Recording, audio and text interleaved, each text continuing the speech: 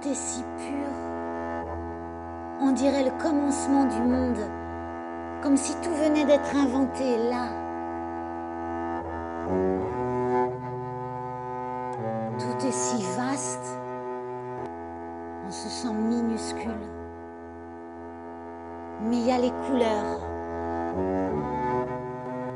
Du rose au violine le plus profond.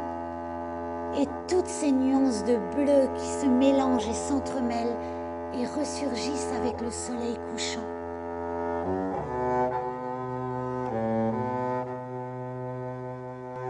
La glace, banquise et hummock, neige et iceberg.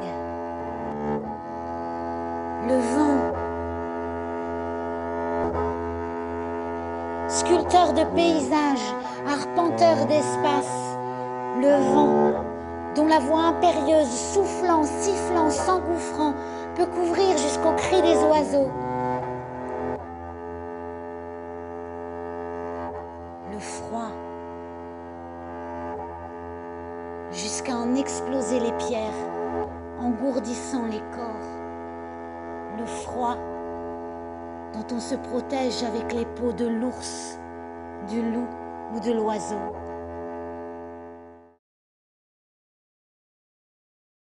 Koublou se penche sur Sahana et observe sa chevelure. Elle est pleine de nœuds, de détritus. Il prend le peigne d'ivoire et le passe dans une longue mèche noire. Et voici que des animaux apparaissent dans les cheveux.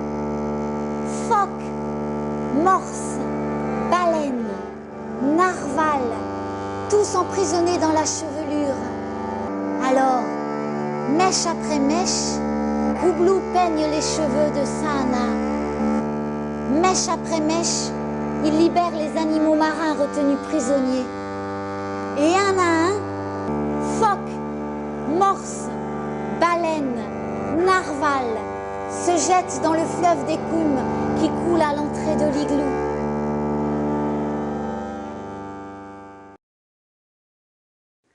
On raconte qu'un Toulougak, un corbeau, se mit à voler loin, loin au-dessus de la mer. Il prenait les courants du vent, planait un moment, changeait de direction, planait, passait entre les icebergs, ressortait de l'autre côté, planait, planait, planait, planait.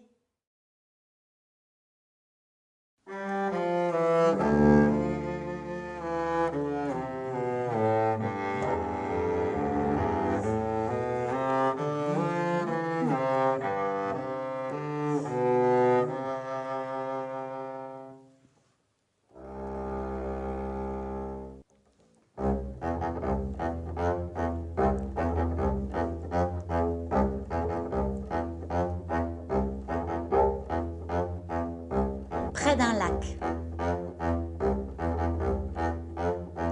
Un village de plusieurs tentes en peau de phoque. Dans l'une d'elles, un couple vit avec sa petite fille, Panikoulouk.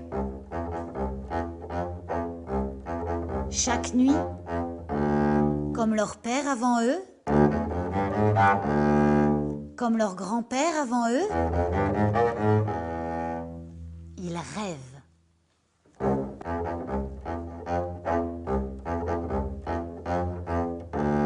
Et comme leur père avant eux,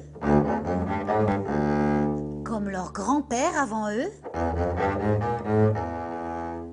ils rêvent des oies.